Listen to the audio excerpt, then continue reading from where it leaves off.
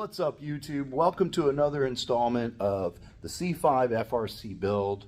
I just wanted to show you some of the modifications that I'm doing to the transaxle in efforts to reduce wheel hop and tire shake and all of that bad stuff that tears up the driveline components. Let me show you. Here we are. This is the C5 Corvette FRC that I am currently building. This is called a torque tube. This section bolts to the transaxle of the car, and I currently have the transaxle apart, and I'll show you. This is where I rebuild my T56 transmissions. This is my jig. This is called a Miller transmission jig, and this is the diff that I will be using for this build. And I currently have a brace on it, and this is going to help alleviate the known issue of the diff trying to separate itself inside of here from the pinion.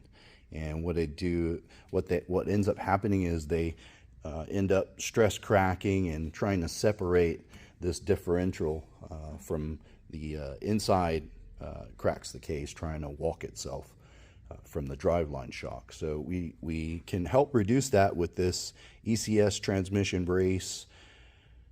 This is going to have some bars that connect to the transmission. I have a few transmissions that I'm going to be going through, and I will be updating them and putting high performance parts that I will be getting from Jason over at Texas Driveline, and I will be setting these up myself. I have the proper tools and all the equipment to get these done, so look for that video coming out soon, and we'll rebuild these and make these like stage 5 or better. So we have this as one of the improvements to help beefing the drivetrain up.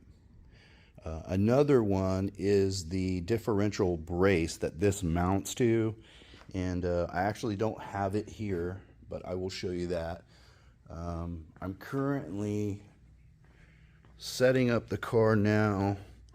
I'm doing a couple mods to it. This is one of the other mods that we are putting in now. This is called the torque tamer, and this bolts around that torque tube base, and this will actually go up here like so and tie in this rear section of the car and the subframe, and then that brace goes on the top. That U-bolt will wrap around the torque tube and essentially lock the tube into the chassis of the car, eliminating wheel hop. So another modification that we're doing is this guy here. This is the brace that goes in the trans tunnel, and this is a really nice piece. I don't want to spoil the unboxing yet. I'll do a whole unboxing on this product here, but this one is just mainly talking about the ECS torque tamer. These can be purchased. I think I paid $250 for this thing, and I'll share with you where I get this stuff. There's a couple of different places, but we will get that on the car, and I want to do some modifications to the trans tunnel to keep the heat down in here.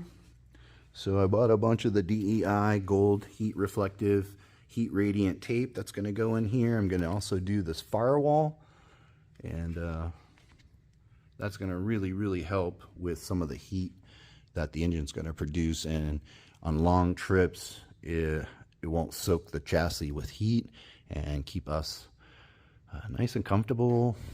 And that's what I want. I'm going to make this car a really good driver, really good all-around driver. We have a lot of mods to do. I still have to drop the cradle and clean it up, and have some repairs to do to the front section where the radiator brackets go. I had a little mishap on the trailer and smashed in my mounts, so I have to modify. Sorry, the light's in your eyes. These are sunken in. These inserts have to come out, and then I'm going to have to weld on a piece of plate on the front. Fix that. I have a sump that's going to go here. And that's going to be a nice little spot for it.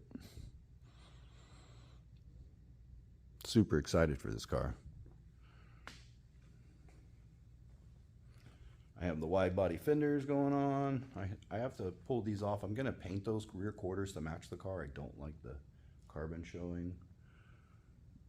If you guys have any comments or if you want to see anything on the car, just drop me a question in the comments and I'll answer them the best that I can.